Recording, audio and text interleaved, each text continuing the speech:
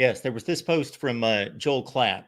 Joel Klatt ranked his top 5 atmospheres in the Big Ten.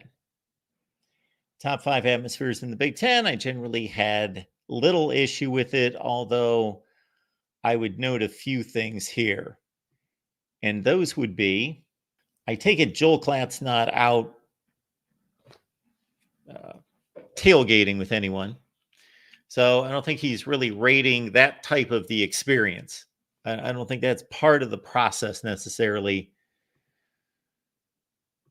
for Joel Klatt's rankings here. I think this has everything to do with the most difficult places to play, the best crowd atmosphere for a game in terms of numbers of people, how loud they are, how rabid, how faithful, maybe the game day experience itself inside the stadium.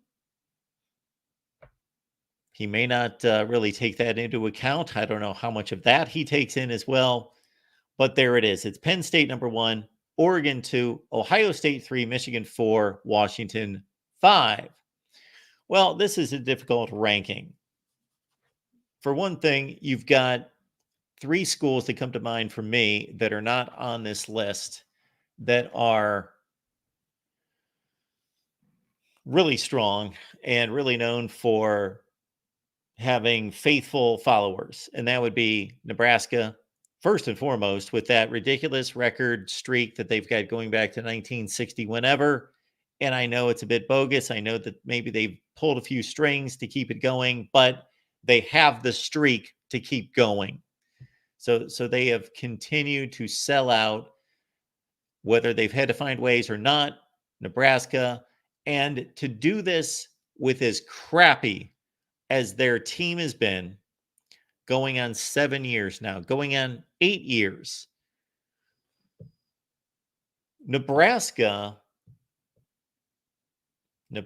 is, who is Nebraska the last 7 years?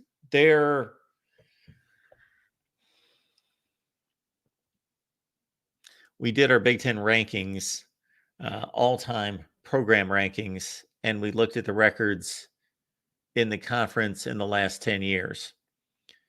Nebraska, off the top of my head, is 52-67. Overall, their Big Ten record has to be atrocious in the last 10 years, and that even includes the first 3 seasons where they were decent.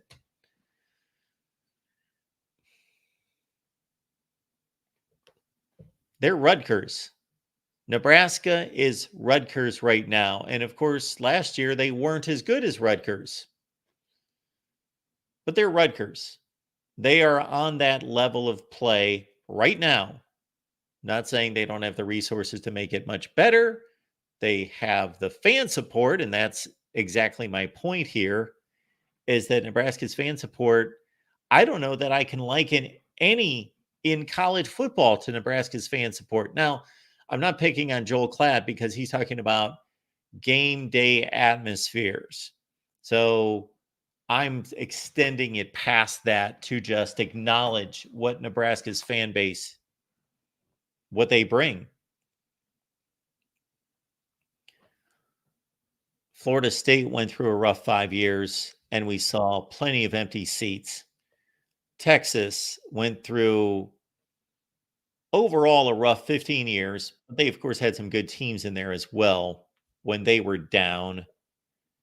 They sprinkled in some pretty good teams, so they weren't down like Nebraska's been down, like Rutgers, like Stanford, like somebody like that.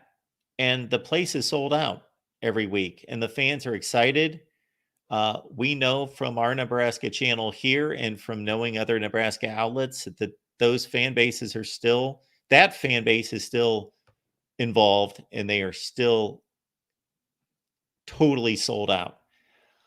So I got to think that there's room for Nebraska to be on there somewhere. And Wisconsin and Iowa, both of them, I can't really separate. I've never been to either one. So I can't really separate or raise one higher than the other.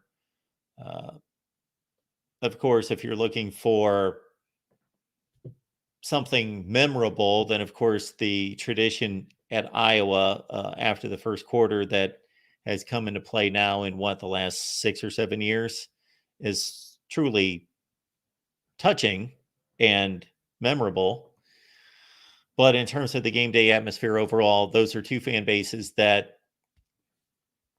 I used to go to Mississippi State's news conference every week, along with Alabama and Ole Miss. And Jackie Sherrill used to comment about Iowa and Wisconsin's fan bases all the time. When he had a point to make about Mississippi State's fan base not being as rabid as they should be, or maybe they were playing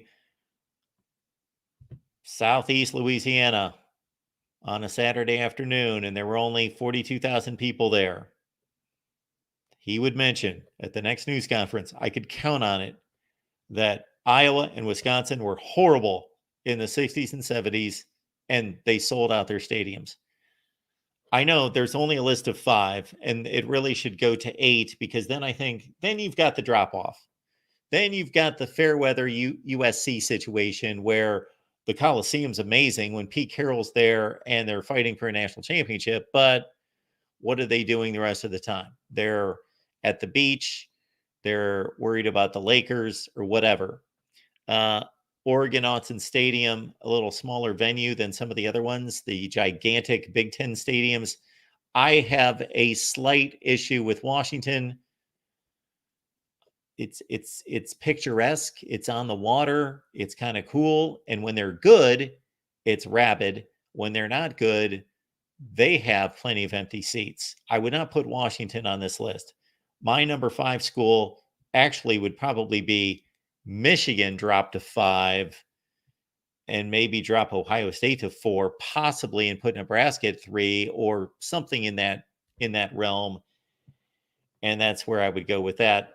But Joel Klatt knows what he's talking about. And if that's my biggest knock on Joel Klatt is that he missed Nebraska, then the man's doing his job, no doubt.